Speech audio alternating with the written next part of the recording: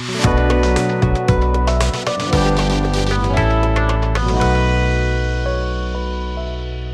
good afternoon. My name is Naomi Shira, and I'm a program manager with the Creative Economy Practice, and I'm based out of the Nairobi office. Welcome all to the Fashionomics Africa Accelerator online program. Today, we will be covering setting up a strong business model, leveraging the business model canvas. Kindly note that the translations are available in English, French, Portuguese, and Arabic. Look at the bar at the bottom of your screen, select the language. So in today's session, it'll run for 1 hour, 30 minutes with a training session followed by a question and answer session. The session will cover what is a business model canvas and why have one, and the building blocks of a business model canvas. Before we start, here are some ground rules. Please switch on your camera if you can. Use the chat box to ask questions. Raise your hand if you want to say something. What we discuss stays here. Kindly mute your microphone unless you want to speak. Participate actively. Give space to others to participate. And again, please ensure that your Zoom name matches your registration name. This is for the purpose of taking attendance. Attendance will be taken anytime during the session. So again, we ask you to ensure that your Zoom name matches your registration name so that you're not marked absent. So while you wait, just check to see if your sound and camera are working, and also reflect on what you'll be looking to get out of today's session. So today's facilitator is Akinwande Akinsulire. Akinwande is the head of startup support at CC Hub. He's a highly driven, innovative business leader with extensive experience in strategic planning, market research, innovation management, capacity building, and enterprise development. His experience spans working with organizations such as, and not limited to, Suburban West, MTN, First Bank, Rain Oil, Traders of Africa, House of Tara, NNPC, Lagos State Government, Ondo State Government, GIZ, Global Alliance for Improved Nutrition, Microsoft Philanthropies, Faith Foundation, Orange Corners, amongst others. We are excited to have you today, Akinwande, and look forward to a great learning session on setting up a strong business model leveraging the business model canvas. The floor is yours, Akinwande. Welcome. Thank you, Naomi. I hope you can hear me clearly. Hey, awesome. Hello, everyone.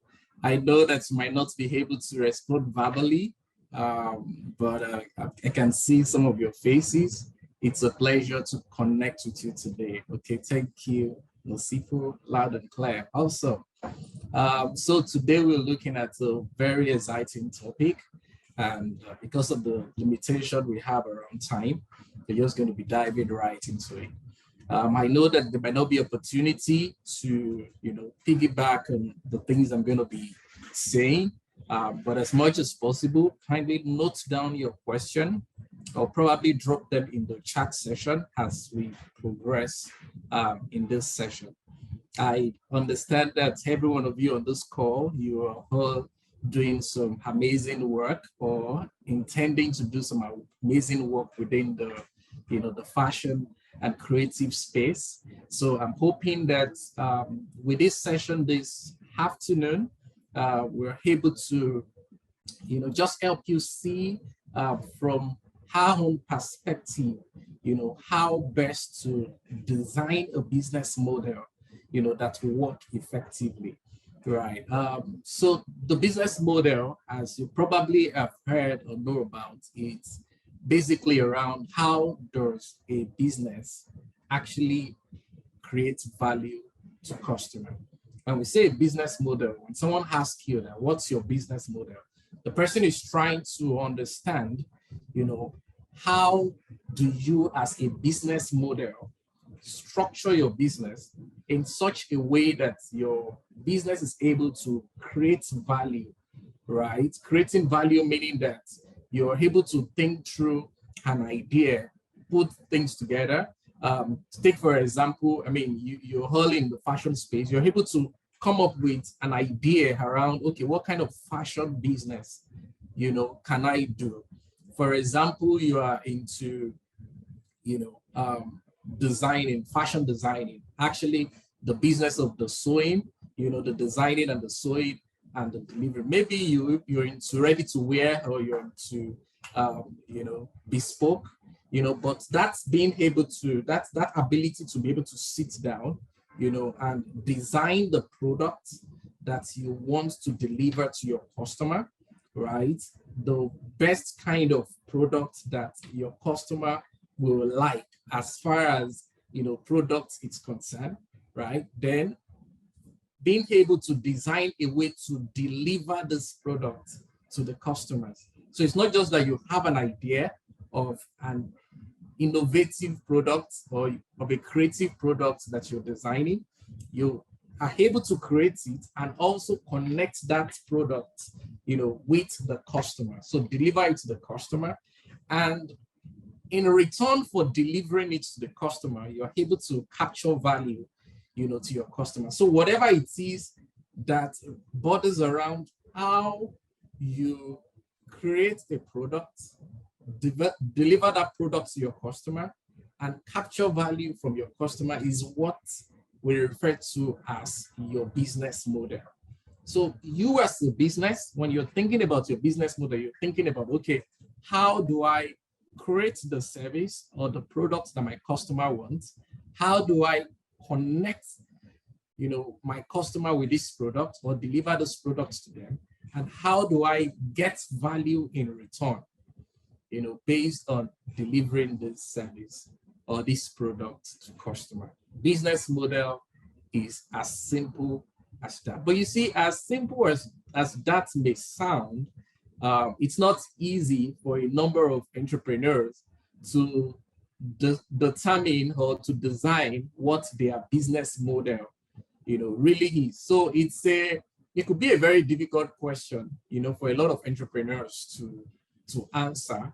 And that's why we're actually having this session, in order to just expatiate on what business model really means and how can you design your own business model, leveraging the business model canvas, right? How do you set up, a very strong business model, leveraging the business model canvas? So a quick overview of, critical elements that fit into what we call the business model. Your business model must be able to capture or identify what your sources of revenue would be. How do you make money in what you do? Of course, you know that the fundamental purpose of every business is to make profit. Well, I don't know. Perhaps maybe there are some of you that are in business, but you do not have the intention of making profit. I bet you are not in business. You're not running an enterprise. You're probably running a non-governmental organization. Even non-governmental organizations these days have a way of measuring impact, right? So the purpose of every business is actually to make profit, right? So your business model needs to help you identify your sources of revenue. We're going to look at the various components, right? Then identifying your target customer base. This is another critical element that fits into your business model. Who are the customers that you're targeting, right? What product are you selling to those customers? What product are you selling to those customers, right? What are the financial details in terms of the costs? What are the critical costs and what are the cost elements of your business? You're going to see all of that. Then how do you distribute your product, right? Yes, you've designed, you've developed, or you've created a fantastic product or a fantastic service, right? How do you distribute this service or this product to your customer? So these are critical elements that the business model actually speaks to, right? And in order to really understand this business model, there is a man called Alexander Osterwald, Alexander Osterwalder, Osti for short, Alexander Osti for short, who developed a canvas called the business model canvas, right? The purpose of this canvas that he invented is to give entrepreneurs like yourself the opportunity to see at a glance what are those various elements of your business, right? I'm sure some of you, if not all of you, will be familiar with what we call a business plan. If you've ever written a business plan before, you can, indicate that in the chat session, but typically, if you're trying to get maybe a loan, sure. I know that a number of you must have, interacted with the business plan or developed one yourself. If you're trying to get like a credit facility or a loan, either from a bank or from any development organization or from, it can be intervention loans, it can be grants to support, businesses at the early stage, you'll probably be required to develop a business plan, yes, some of you might be having challenge getting one, some of you might have, developed yours, some of you might be in the process of developing yours. But you see, one interesting thing about a business plan is that a business plan is never a one-pager, right? It is never a one-pager. You have multiple pages that makes up a business plan, right? So if I want to give you like a rough outline of what a business plan, looks like, so probably you're starting with the executive summary, which typically is the part that you write last. You have the executive summary. You have like the business description. So there's a page for executive summary. For some people's business, the executive summary might expand or extend into second page. So there's the executive summary page. There is the business description page where you describe your business. What kind of business are you? What's your vision? What's your mission? Then there is the page on the product or the services that you are offering, a page that you dedicate to describing your product and your service, and all that. Then you have a page that talks about your market analysis, information around your industry, what's the need in the space, who are the people in the space, why is what you're offering unique, and all of that. So, you have all of those elements. Then you go to your sales strategy, you go to your operation strategy, you go to, the resources that you will need to be able to effectively run the business. Then you probably go to the risk. What are the risks, associated with the business? Then you now go to the financials, the financial analysis. How does this business make sense when we look at it from numbers perspective? And for the financials, probably doing projection for 3 years or 5 years, right? By the time you put all of that together, you're probably having a document that is like minimum of 10 pages, right? Like 10-page, document, which is your business plan that captures all of this information around your business. Yes, that is fantastic. That is very good. But the challenge with a business plan is that while it is good, a document that helps you literally articulate every element of your business, it gets you to think, to reflect on every element of your business, and you write all of those things down, right? But it does not make rethinking your business model come very easy, right? So, for example, you want to review how you are actually creating value. Who are the people you're creating value for? How are you delivering value for? You now have like several pages that you want to address, right? But with a business model canvas, what Alexander and his team has done is to now bring all of the key elements of a business into a one-pager, such that, you know, on just one single page, you can see all the key elements of the business. From just a singular page, you can see all the key elements of your business, right? So by implication, when you have a business model canvas, you are able to really get all the information that you need to think through when you're thinking about your business on a singular page, right? So we're going to be diving into the business model canvas, and I can see some hands raised. I don't know what the concerns are, but I'm sure if it happens that you're not hearing me clearly, I'm surely going to get feedback from the team, you know. So please just confirm you can hear me clearly, right? I can see some people saying they are having network issue, but I believe that I'm having, I'm okay, awesome. Thank you, Samira. You know, awesome. I believe my internet connectivity is actually quite good.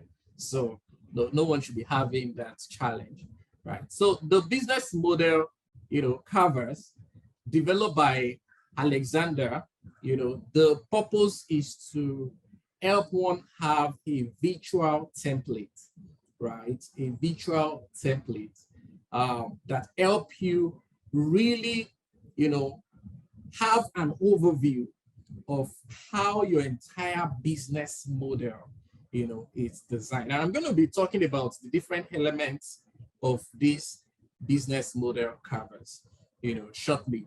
So what you have right there on your screen is the business model covers that Alexandra developed, right? So you will see that it has like 9 different unique blocks within it, right? So these 9 different blocks gives us the opportunity to appreciate 9 key areas as far as, you know, a business model is concerned. 9 unique areas as far as a business model is concerned.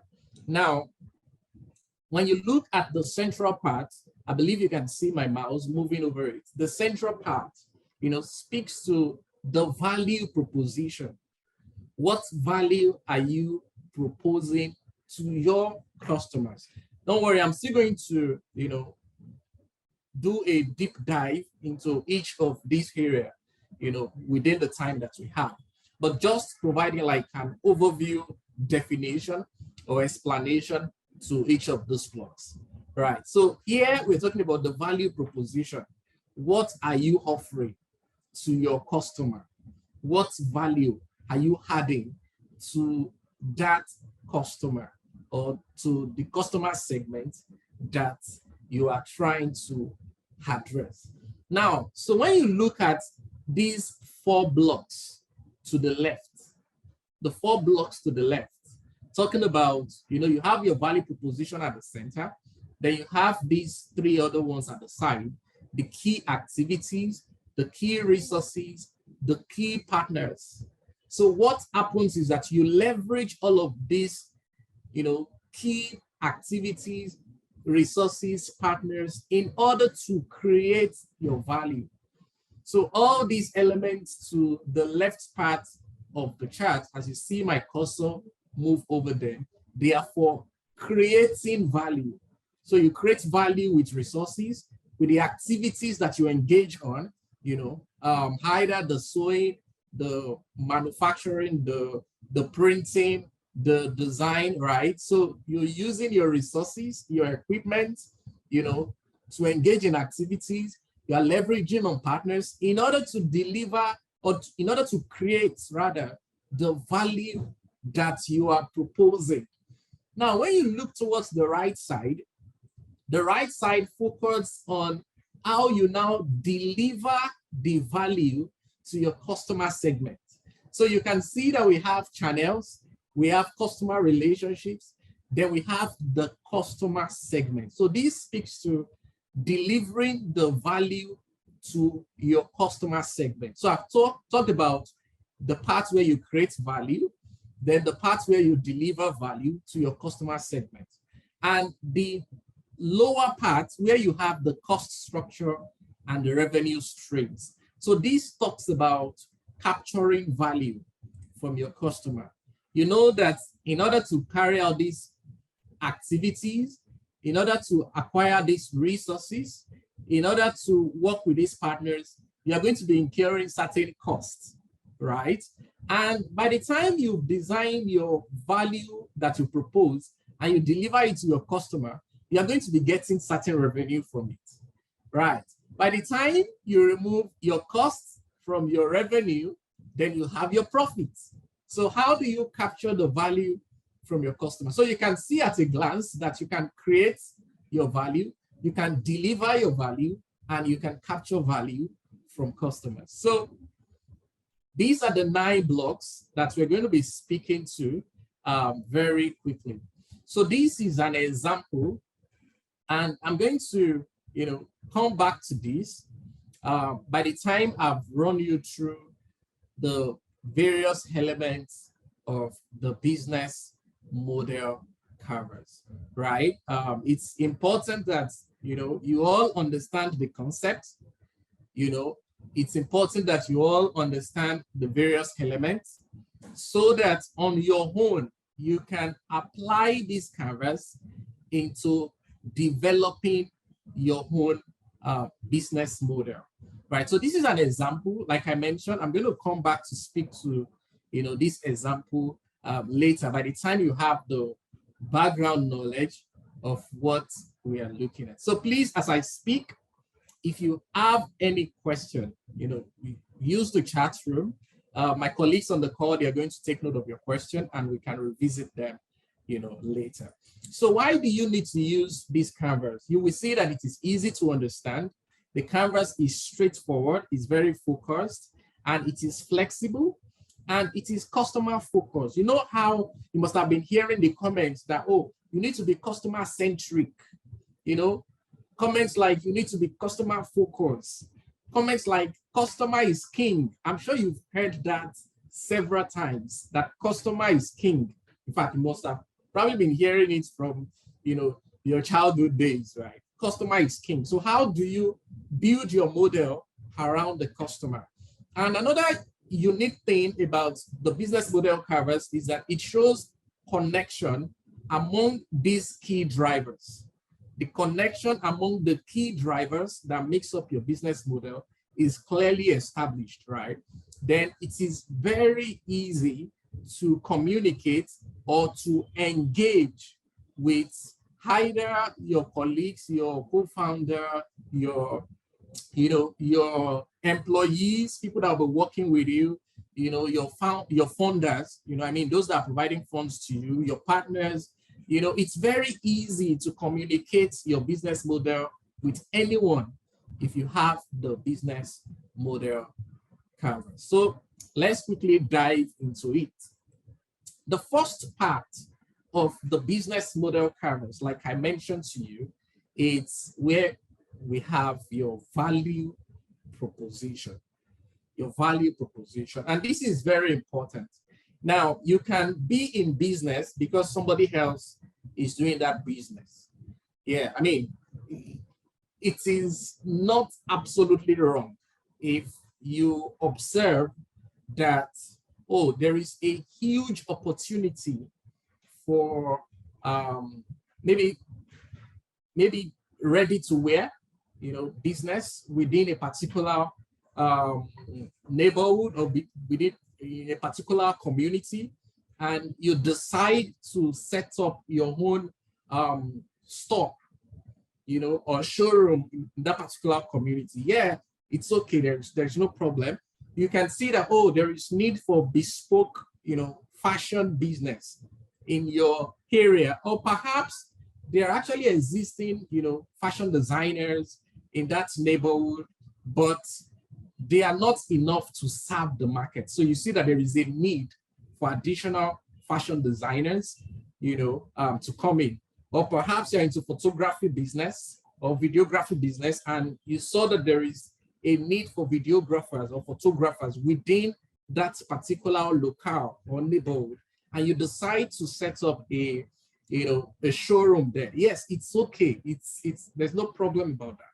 But what will make you unique, or what will stand you out, what will distinguish you from every other fashion designer, or from every other videographer, or from every other photographer, who are also doing that same business, is when you have a clear value proposition to your customers. What is your value proposition to your customer? And when we're saying value proposition now, we're saying, what unique problem have you seen in that space that you are trying to solve? Do you realize that for a lot of us, in business, maybe yours is into, maybe you're into, you're into creating of maybe motion pictures, or yours is into, even advertising, fashion products, or into leather production. Thank you. You're into leather products like bags. You make, accessories, fashion accessory like bag. It can be laptop bags. It could be, fashion bags for women, right? But the question you want to ask yourself is that in designing that bag, in putting together that bag, what unique problem have you identified that customers have that they are trying to solve? So you can decide to do general wears. Oh, I do shirts, I do tops, I do, what do you do? I sew all manner of clothes. But you can also decide that I want to focus on, housewares.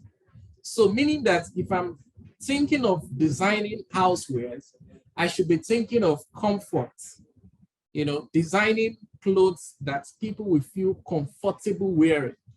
I should be thinking of clothes that, it's simple, it doesn't come with so much of a design, right? It makes moving around, doing house chore, working at home much easier. I'll give you an example. How during, before pandemic, right? In serving the corporate executive market, people that are upwardly mobile, going to office every day, you think about, oh, we need to design shirts for them. We need to design, suits for them. You need to design, all of those corporate wears that, perhaps maybe a few of you are into corporate wears, right? Now, but then the pandemic happened and people were not, ordering corporate wears. People were not asking for corporate because they were literally at home, working from home, which literally, that lockdown period started another era, in fashion, in a way. But there were some businesses that were very quick to identify that, yeah, people are now beginning to work remotely. These same people, they still need dresses or clothing that looks good on them, that they can wear when they are on a meeting call, with clients, with their colleagues, but it's also easy on them. So that's a unique problem that someone is solving, right? You can decide to focus on maybe like a pajamas, so, but you're being able to connect, the need of customers to the value you are creating is very important.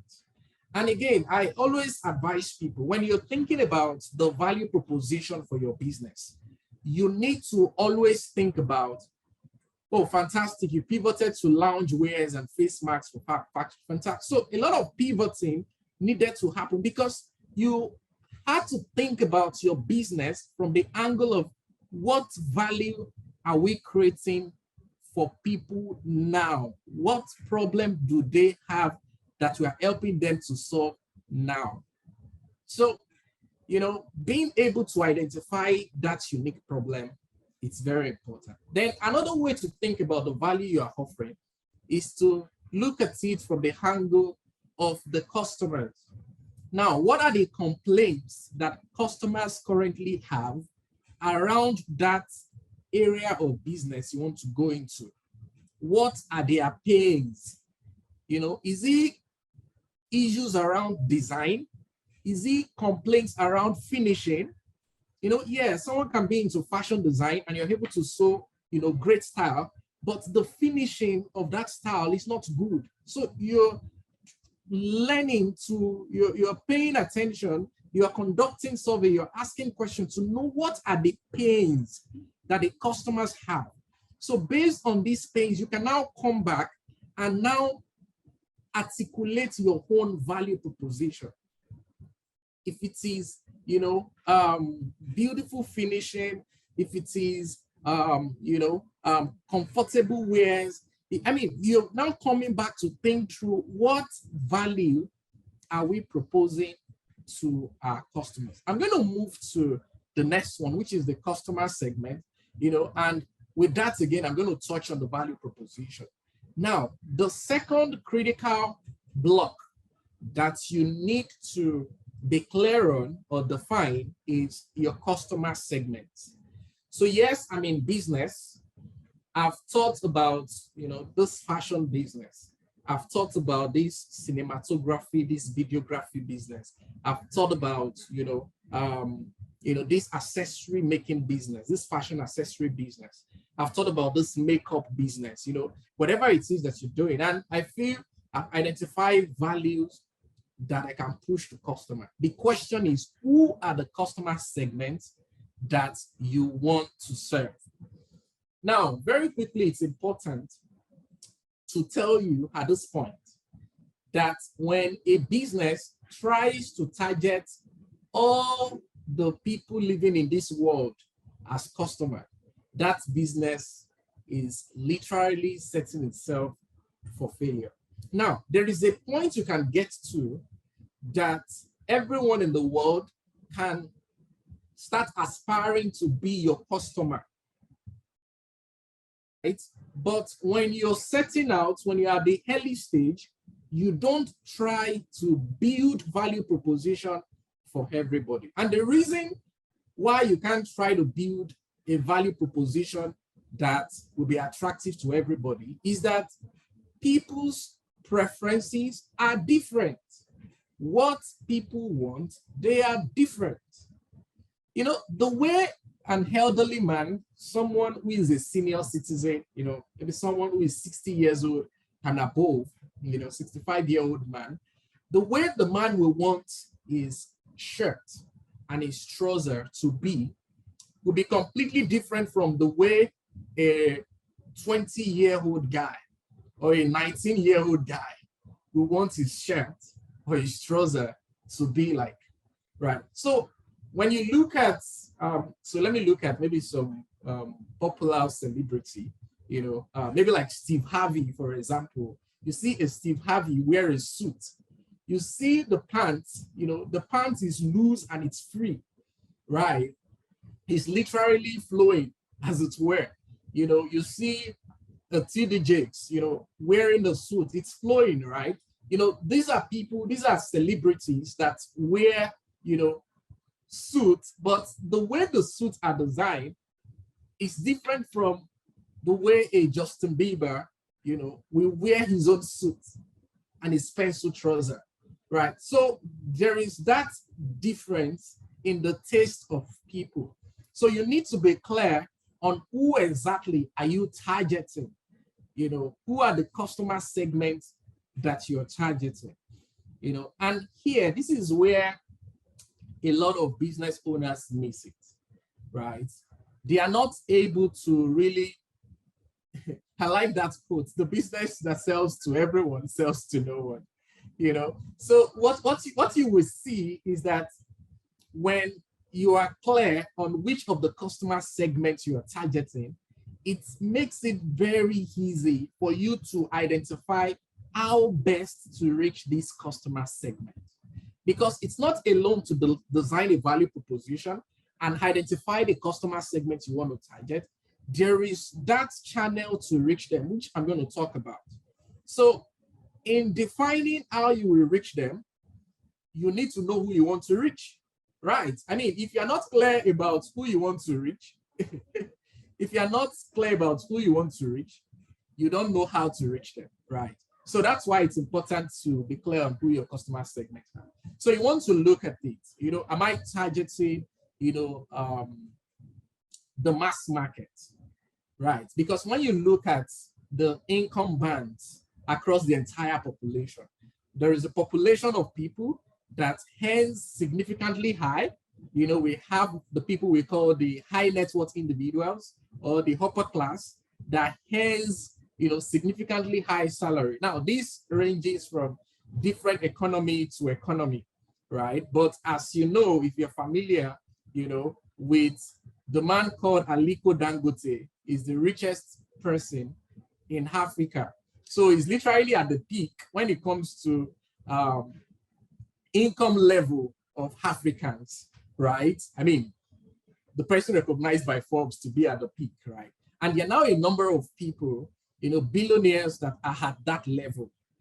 So if you're saying you're designing to target customers at that level, it means that everything that you're doing must focus on customers at that level. Yes, are there fashion designers that serve, you know, celebrities or that serves high net worth individuals? Yes, we have such people. So what it means is that every other element of the building blocks are aligned to be able to serve those people. But there are people that are within the middle class, right? The middle class, they don't earn as much as the people in the high net worth individuals, but they have some money to spend more than people who are like, you know, in the lower class or the mass market. Now, so this differential in where you fall, either you fall in the mass market, that's the bottom, or you fall in the middle class, or you fall in the upper class, also influences how much you have to spend on fashion products. So what it means is that as you are thinking of maybe the sex of or the gender rather, that you want to target, that you want to serve, you're also thinking about what's the income band of the kind of customers that you want to serve, because the income band determines their disposable income.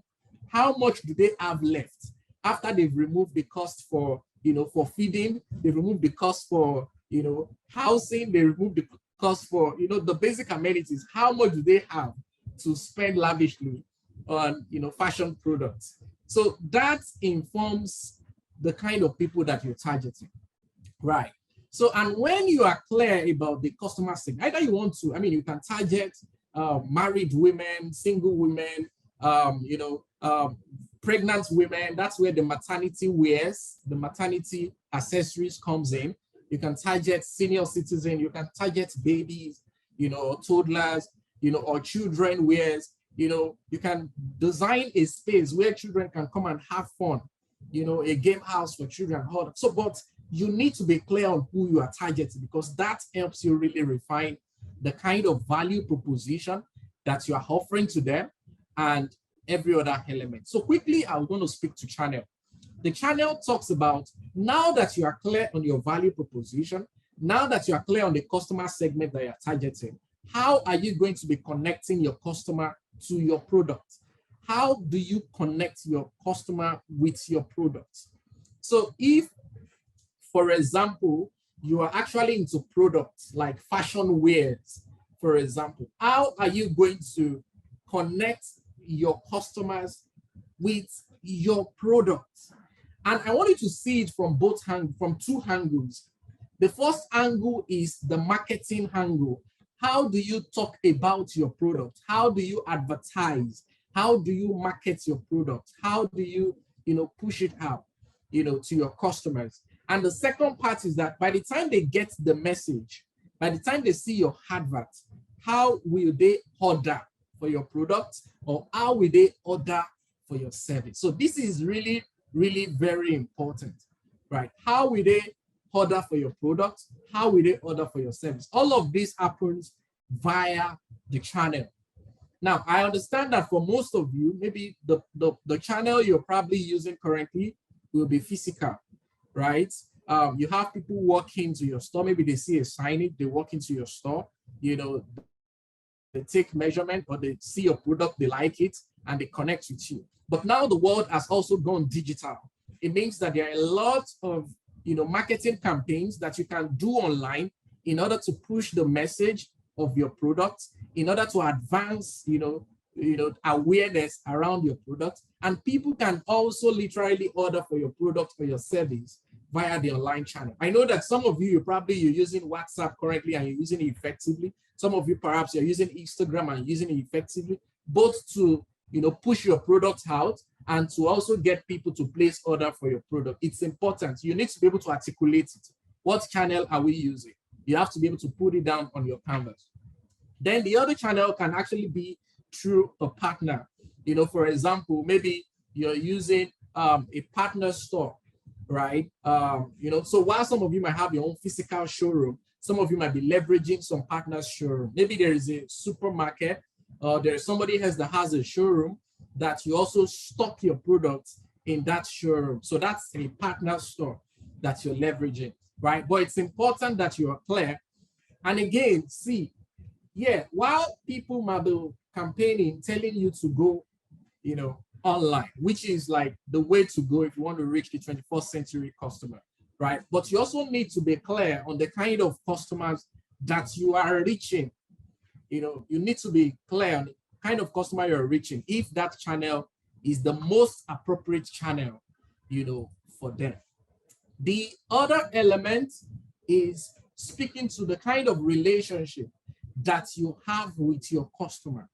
Now, it's important the interaction you have with your customer. I've said before, and I'm saying it again, customers are king. Customers are king. If you have a business and that business is not generating revenue for you because there are no buying customers, the business is going to die out. Now, when you acquire customers, you know, through your various channels, maybe you campaign physically, you use adverts, you use whatever it is. What's your strategy for keeping your customer? How do you ensure that your customer stays back? This is where your customer relationship, you know, comes in. To say that, how do we keep our customers? Are we going to be engaging them on a weekly basis through newsletter? Are we going to be, you know, engaging them on a daily basis through posts? Are we going to be engaging them, you know, during their birthdays? You know, so that's all planning out the engagement of your customer. You know, are we going to be providing some sort of incentive, right? Or maybe you buy one, you get one free, or by the time you come the third time to buy from us, you are getting this at a discounted price. You know, what is that thing that you're going to be doing to keep your customers? You know, those are the things that comes under the customer relationship. And what are those things that you're going to be doing to grow, you know, your customers? These are very important, right? So yes, while you have the channels, you know, to push your products through, to get your product to your customers, you need to also think about how do I retain? What kind of relationship do I build with these customers? Now, for those of you that you have online platform, you know, you only use online platform, right? You also now need to think about, how do I ensure I keep my customers satisfied? You know, when someone comes to a physical store, there is the enthusiasm with which you can engage the person. You know, there is the, you know, all the, you know, paparazzi or razzmatazz that you can, you know, you can make the person feel very comfortable. You can even offer cold drink and all that, you know, because you're meeting the person, you know, physically. You also need to think about, okay, how do I get my customers happy? All the ginger, yeah, thank you, Balaji. You know, you have to think about, how do I keep my customers happy when they come online? You know, how do I engage them online? You see, there's some of you that maybe your personality, it's not really an engaging personality. You have to learn that, you know. But ultimately, as you grow your business, you want to be able to hire those who will be like customer relationship managers for you, or customer support managers who will be the ones engaging, your customers. But it's important that you find a way to engage your customer, sending newsletters, doing creative posts, recognizing your customers, celebrating them. It's really, really important. And most importantly, you need to get feedback on your products, right? Design a way to get feedback on your product, and you need to identify that. How do we take feedback, from our customers by the time they buy from us? So those are part of the things, because customers will come back to buy from you when they are satisfied. So that's very important to know. Then the next part is the revenue streams. Revenue streams talks about, yeah, we've designed these good products, we've delivered it to customers. What value is the customer paying, for these products that we have designed? Because again, this is where, your pricing comes in, your pricing strategy comes in, your pricing model comes in, right? Customers should be able to pay you for the value that you're delivering. So here you are saying, what is my strategy for capturing value, right? And this is where, some of you can be very, very creative at doing this. I know that for those that are into fashion items, the basic way you probably do your pricing is to say that, oh, this bag goes for maybe $20 or $10 or $100 or whatever it is, whatever price that you put on it, or 50,000 leones, or, whatever Ghana cedi, whatever, Naira that you place on it, right? There is a fixed price that you probably put around that, right? Which should be able to cater to the costs that you have incurred, and every other value that you are adding must be well catered to. But here we're now saying that you also need to think about what other kind of revenue model can I use to drive my business, right? So can I bundle products to sell to customers? So for example, can I bundle a shirt and a pant? So typically I sell shirts, I have pants. Can I bundle a shirt and a pant and sell it at a bundled price? Can I sell a matching shirt with another matching pant and sell at a bundled price, such that when customer is supposed to buy, individual item, by the time they consider the price of that bundling, they are going to be paying lower amounts. And at the end of the day, I'm still going to be making more. Things that you think about, for those into, videography, photography, you want to think about, okay, what pricing model, aligns best with this customer segment that I'm serving. One thing about revenue stream is, if you're able to put your customers on a subscription model, that's usually the best, such that there is a retainer that comes every month. It could be tricky, but I believe that by the time you really think through it, you can probably find or figure a way you can put your people on retainer. For example, if you support maybe corporate organization, maybe if I identify a corporate organization as a customer that you are serving with some of the accessories, it can even be sewing uniform, for the staff. It can be sewing uniform for for healthcare workers, right? Whatever it is, right? You probably want to think through, okay, how do we build a revenue model around this? So you want to see, okay, how often do they hire? How often do they, get new clothing? All of those things. So now say that, oh, maybe we just put you on a so plan per month as an organization, so that we come in, we check if some of your clothing are torn, we can replace them, just thinking about how to continuously collect money. That's the bottom line. How do you continuously collect money from the customer segment, that you are targeting? It's very important. For those that have like varying customer segments, you want to also ensure that you are pricing your product in such a way that it aligns with what the customer segment can afford. So bottom line, if your customer segments are the mass market, the lower end of the market, you can be sure that these people don't spend significant amounts of money in clothing, because they are not even thinking about quality material. They are not thinking about, expensive designer.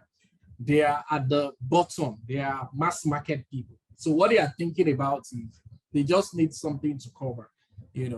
That's why you see across all the various markets, you see that people want to use designer wares, but that are of inferior quality. So you see cheap designer wares being produced in China, brought in, but because it has Gucci on it, it has, all the designer names on it, people want to buy it, right? So these are things that you should think around.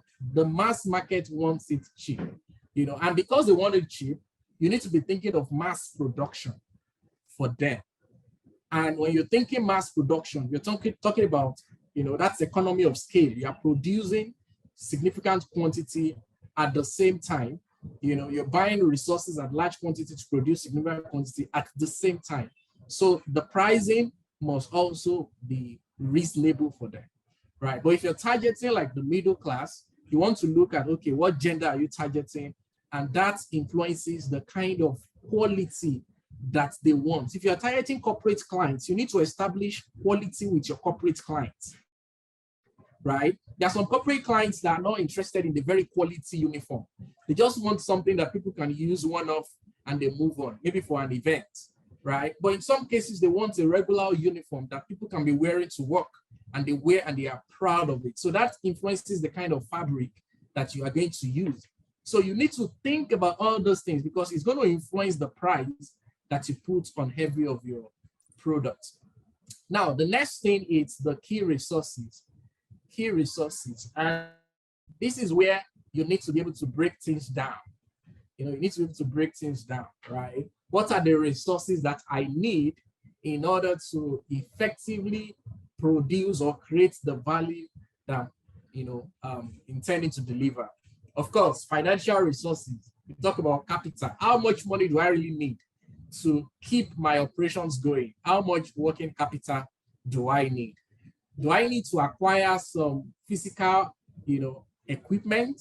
So we talk about physical resources, like machine, the different machines, the weaving machine, the stoning machine, different words, the cameras, right? Which of the Canon camera do I need to buy? Do I need to buy the Mark IV, the Mark V?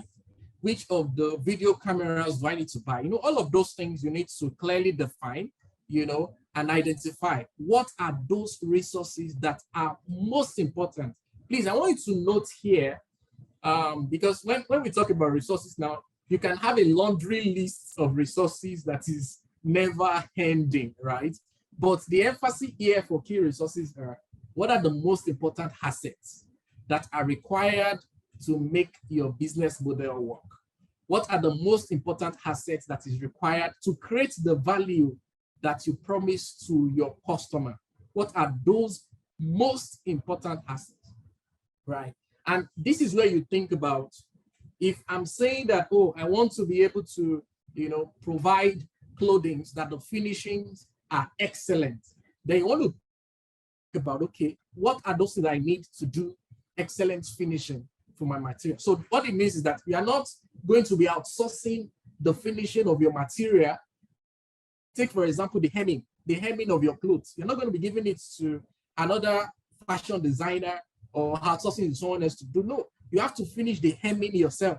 So you're thinking, what machine do I need to complete the hemming? Since great finishing is part of my value proposition. So you think about it from that angle. Intellectual resources talks about, your customer lists, patents, yeah, some of you can have some great design that you patent, unique design, so those are things that you aspire to have anyway, where you can patent your unique design. Then, of course, you think about who are the people, that's the human resource that you need in order to deliver. Part of the undoing for some startups is because you want to create so much value, but at the same time, don't have the competencies required to create that value, all the competencies required to create that value, but then you still want to create the value. So what's the best approach to it? You have to staff your weakness. You have to get people that have strength in the areas you don't have strength. Then the next one is key partners. The key partners, let me do key activities that I flip back to key partners. The key activities talks about what are those things that you're going to be doing with your resources. So you've identified all the resources that you need, right? You need machine, you need raw materials, you need fabrics, maybe you need a space, you need machine. I mean, whatever it is that you need, you've identified. Now that you've identified those resources, what are the key activities that must be happening on an ongoing basis within your business? So if what you're doing is you're sewing garments, maybe maternity garment, production needs to happen. You're sewing nose masks, production needs to happen. You need to have that system in place. What are those things that you have to be producing? Supply chain, you have to buy raw materials, right? So supply chain needs to happen, how assessing your raw materials. So that needs to happen, right? Designing, for those that are actually creating the design that they produce, designing needs to happen, which you can also capture as the problem solving part. Marketing needs to happen. A business can survive with active marketing. So you need to look at, okay, what are the key activities that I'm going to be doing, right? And what's going to be the structuring for these activities? What's it going to look like? So you have your key resources, you have your key activities. Then you have the key partners. The key partners talks about who are the people that you're going to need to help you make your business model work. How will they help you to perform some of the key activities that you want to perform? How are they going to help you either in acquisition of those resources that you need, or coming in to provide support, more like augmenting the resources that you have? This is where it becomes critical, right? So you need to think about the supplier of your raw material as a partner. If the supplier of your raw material, of your fabric, maybe there is a unique supplier that supplies you some certain kind of fabric. If they don't supply, you won't be able to design to meet that need, right? So you need to think about them as partners. Who are the people that provide, some sort of, either in form of supplying raw material or in form of providing certain services? I understand that for some of you are starting out in fashion business, you have certain machines. When you want to do certain elements of your work, you go to another fashion designer that has such machines, right? So you must consider that other fashion designer as a key partner, because if you complete the parts that you have machine for, and it's not offering you his machine to do the other part, you're going to be losing out. You're not going to be able to deliver that value to your customer. So everyone involved in providing that support to you, they are key partners, including people that help you with distribution, including the logistics person that does the delivery for you, including, everyone across that chain, they are your key partners. And the last part, or the last block, is the cost. What will it cost you to operate your business model? It's a very important question, you need to answer. How much will it cost you? Looking at it from, the requirements that you've listed, right? What are the most important costs that are going to incur? Is it rent? Is it daily utilization of certain resources? What are your fixed costs? What are your variable costs? See, you think about your fixed costs as costs that don't change over the course of 1 year period of running your business. For example, the rent that you pay over the space that you use, it's a fixed cost. It does not change over the period. The machine that you put in your space, that cost is fixed. It does not change over the period. But when you say variable costs, now you're thinking about what are those costs that change with your volume of production, right? So for example, maybe per month you produce let's say you churn out 1,000 units of your product every month. And that is what you were doing. That's what you did in October. That's what, you're doing now in November. But by December, you get an order for 5,000 units. It means that you need to increase the raw materials that you will need to produce that 5,000 units. That means the cost for producing it is going to vary. So that's where the variable cost comes in. So the cost component that changes based on the volume that you are going to produce is the variable cost. So you need to identify what the fixed cost and the variable cost, really means. And economy of scale simply talk about how do you leverage volume, to be able to more like optimize your costs.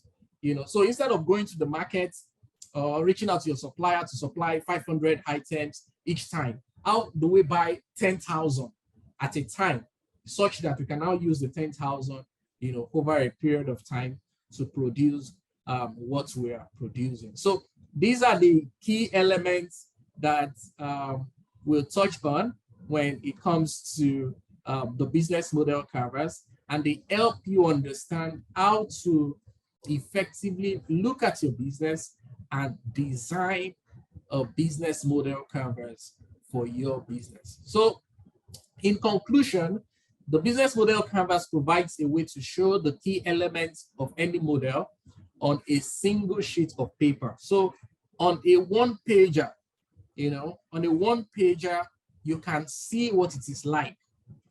On a one-pager, right? You can see what it is like to, run that's your business on a single one-pager.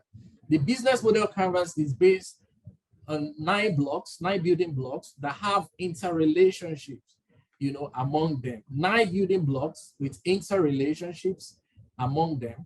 And the business model canvas can be used for any kind of business, be it a startup or an existing business. That's an important thing to note. Either you're just trying to start up or you have an existing business, the business model canvas do work. Okay, so these are additional case studies and resources that you can use in building your own business model canvas. So I'm going to stop now. Okay, what I will do is I will take you back to the initial slides that has the business model canvas for Sephora while I entertain your questions. So we are now in question and answer session. So Sephora, just like a background information, Sephora is into, makeup, skincare, fragrance, all of those, accessories, really, personal care, beauty products, accessories that, of course, typically used by women, right? That's what Sephora, is into. And they've become like a multinational retailer, of this care and beauty product. They've been around for a while, really. And they have over 340 brands, in their portfolio. So this is a very high level business model, of Sephora, by the time you dice each of the elements, there are so many other things embedded in it. But at a high level, this is the business model of Sephora. So in terms of value proposition, they are pushing high quality and affordable beauty and luxury products. See, high quality and affordable beauty and luxury products. Now, and when you look at the customer segment that they're trying to target, they're targeting young women, young women. Of course, in this case, because this is just their own business model, just pulled off, an online page just for you to see. This is the link. The link is there beneath. This is not developed. We didn't develop this for Sephora. We just pulled this up as an example. They say young women. But for me, I want you to even define who your young women are. Are they young women in the city? Are they young women who are business executive? Define your young women, because young women also have different buying power. But like I said, this is a high level, example. So you can have that on the screen while I look at your questions. So please, Naomi, please, do you want to help with the questions, or how do you want us to go about it? Yes, absolutely. Akinwande, thank you so much for the enlightening session. We have managed to collect quite a number of questions and comments. So for starters, the dichotomy between quality versus quantity, is it possible to achieve both, or what should be the focus be at a given output or strategy level? Okay, a quick response to that is, yeah, quality and quantity are things that you will always have to, make a decision in between as you do your business. But you need to understand that it's about the customer segment that you are targeting. That's what influences the quality that you provide. So for example, when you look at the mass market, which is like the bottom or the base of the market, I've given you like an hierarchy, right? The top is the upper class, then you have the middle class, then you have the lower class or the mass market. That's the way it is in every economy, right? So the mass market or the lower class, they are interested in quantity. They are interested in quantity. Anything they want to buy, they are interested in volume over quality.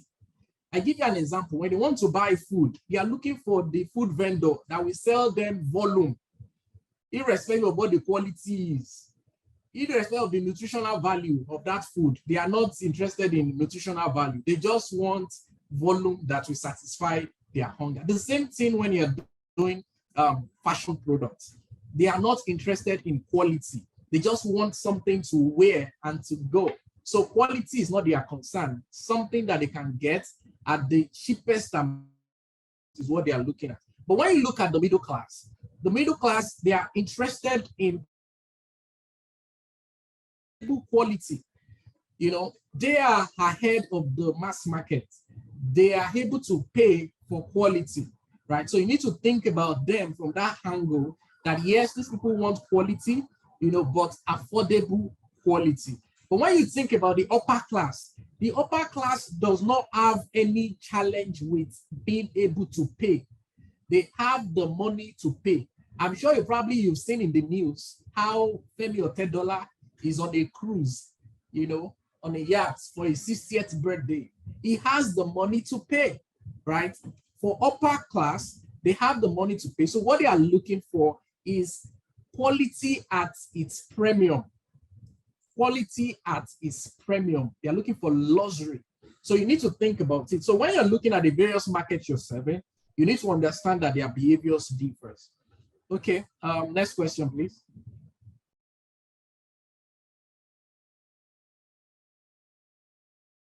So in the nutshell, you focus on, you decide if you're going for quality based on the need of your customers. Thanks, Akin. Next question, which I guess you've partially answered. So, premium products, what kind of problems should I satisfy? Then maybe as you just touch on that briefly, what are some of the ways a small business can do their market research to identify this clearly? Identify the solution to profile, right? Yes. So what are some of the ways a small business can do their market research to, I guess, identify their target market clearly? Okay, fantastic.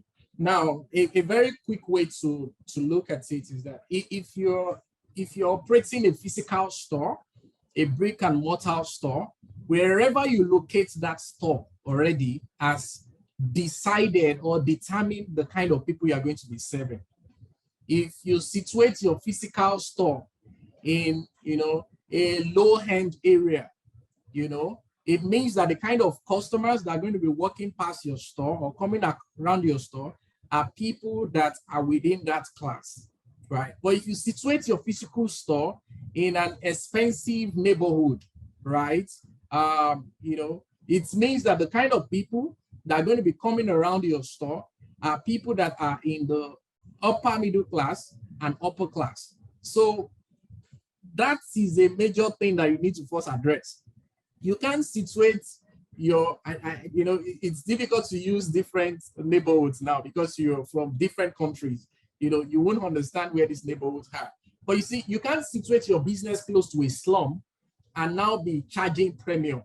nobody will come out of the slum to pay you premium. I think that explains it. But when you situate your business, physical store in an environment where, it's like a government reserve area or a developed area, you are able to attract people that stays in that neighborhood to come there. So that is when you're using physical store, right? So there is a definition already on your business based on the location where it is. You don't need to go and use Google search or do any market research. Where you are defines the kind of products that are going to be shown. Now, when you're running an online business, which gives you the liberty to reach as many people, as possible. So you have opportunity to define who you want. You are now looking at your capabilities. You are looking at the resources you have. You're looking at the funds that you have. You're looking at the network you have. And you're now saying, who are the people that I can realistically serve or reach with the things that I have? So for example, you can't say that you want to be doing celebrity makeup, and the kind of makeup accessory that you have, they are low-cost makeup accessory. It means that you have to first look for people within that category that are able to manage your low-cost accessory first and foremost. And when you generate enough revenue and you're able to buy the premium accessories, then you can now start serving a higher market. So again, it's about what resources do you have? What capabilities do you have? Those are things that inform the kind of market that you target at the initial phase. But generally, right, if you want to have a sense of the market, or you want to even know about people around you, typically you can do a very simple survey. If you go online, there are different places, different resources available online to conduct market survey, just to find out, what people like. So you're asking questions like, oh, are you willing to pay this amount? If you get a product like this, are you willing to pay this amount? How much are you willing to pay for these? If you see a bag that is, just asking questions, right? So, but how to conduct survey, you can get that online. There's not enough time to teach on that now. So I hope I've answered your questions. You can nod, you can't speak to me. If you just nod or you do thumbs up, I know that you're with me. Thanks for that, Akin. There's been quite a bit of questions about servicing the upper market. So thanks for clarifying that. So there's another question which came in earlier. How do you approach the terms and conditions of using a partner showroom? Also, if that option is not on the table, apart from social media, how can a business strategize to get the products out there? Okay, so in terms of the terms and condition, right, I always encourage people, to find a way to, take care of the partnership agreements, with different partners, particularly when it has to do with, maybe sharing profits or paying for service or paying for space and all. Just a basic agreement that, XYZ and ABC of social address have agreed that XYZ can place products in a store, in exchange for that, for every product sold, there is this amount that will be paid, just very simple, not complex thing. And usually when it comes to agreements, I always advise, just use a lawyer, a very smart person. It doesn't have to be someone from a renowned legal firm, but someone who is a lawyer who can help you draft a very simple agreement that works. And if your business is already doing some significant revenue, you should retain the service of a lawyer, and that lawyer can help you with the agreement. Now, in a case where you don't even have opportunity to maybe find a local partner that you can work with, maybe in form of a supermarket or in form of a store that you can place your products in, to push what you're doing, right? What are the other ways that you can literally push your product? The first thing you want to do is to think through your social circle, right? As an entrepreneur, you have a social circle, right? You have friends that you meet. There is a platform where you meet with some of your friends. You have old schoolmates. You have people that you belong to the same association. There are platforms where you have, mutual platform where you have. So you can leverage reaching out to the admins of those platforms to be able to push your products via those platforms. You know, some of us, we attend certain meetings, you know, certain gatherings, social gatherings, even religious gatherings. And in those gatherings, they don't even know what you're doing. You know, it is when someone appreciates what you're wearing and say, oh, I like what you're wearing, and say, oh, I made it. That's when you now get to talk about the product. No, everybody around you should know what you do. Everybody around you should know the product you design or you produce and the service you provide. So when you do that, you increase the chance of people that are putting the words out there on your behalf.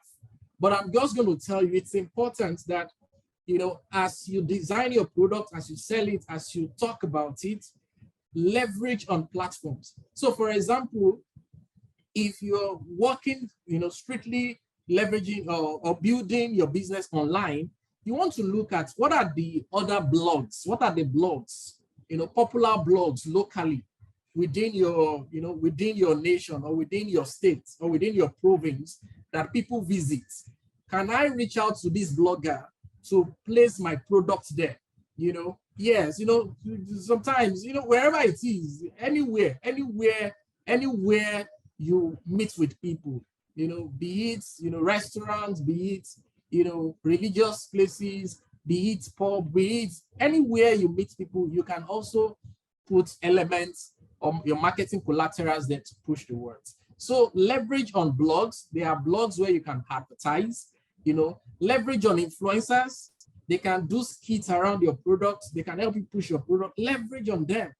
You know, some of you are entrepreneurs. You say you are using Instagram to promote your business and you only have 500 followers. What are the chances that your 500 followers will place order from you in 1 month? So you need to leverage someone who is an influencer that has over 500,000 followers, right? You need to plan it. It's part of your marketing budget. You know, I see people say, oh, I'm doing business, I'm on Instagram, and you will see their followership, only 100 followers. Who are the people following there? They are followers. You can't build a thriving online business on, and you even check when they post, they only post once in a month. So again, you need to think through this. You know, you're creating value. In order to push your value, you also need to pay money, right, to push your value. Don't always ask for free things. You know, learn to also pay for this service, and you know, and you move on. Instead to shake the table small. Okay.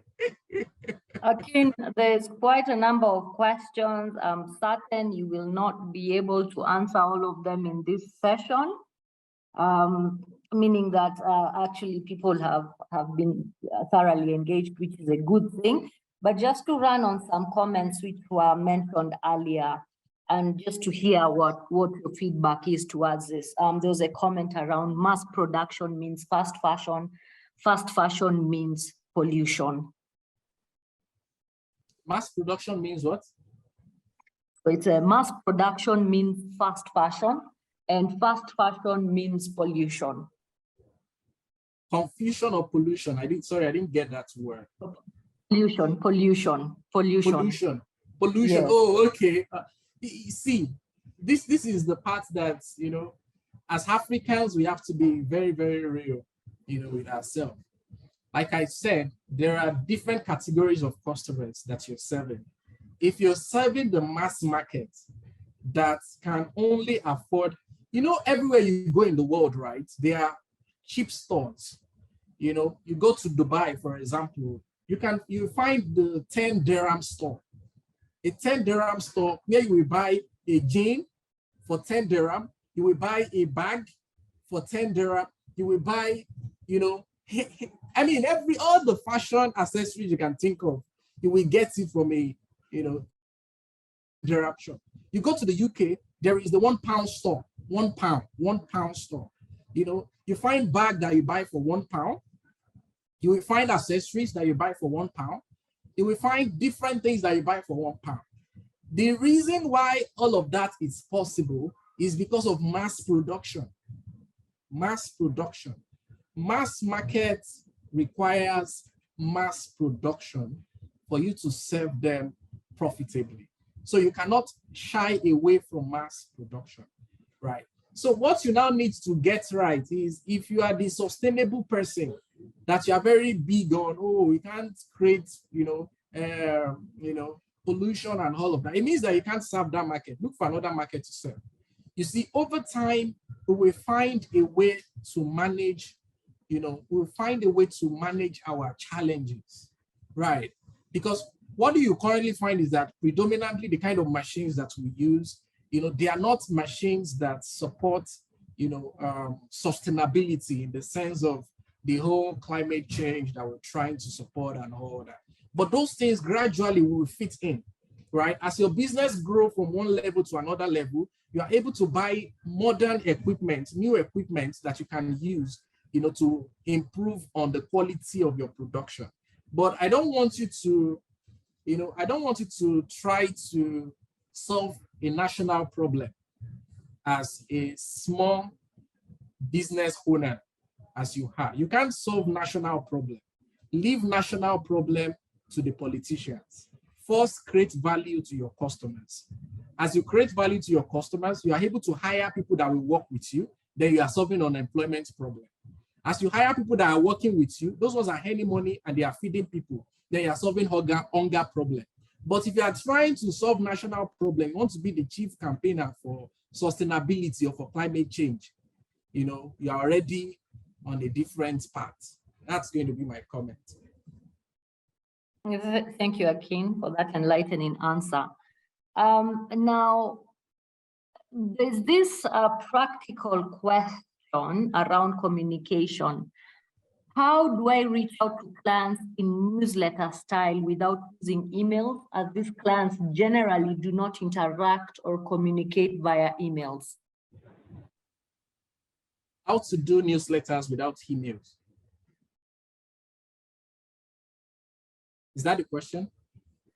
Yes, and how to reach a strong target market that is not necessarily does not necessarily subscribe to newsletters or emails. How do you communicate with that target market which might not be tech savvy? Oh, okay. Now I get. So reaching a target market that is not tech savvy. It's so interesting that you even find grandmothers these days. Grandmothers they know how to use WhatsApp. Grandmothers are going on Instagram now.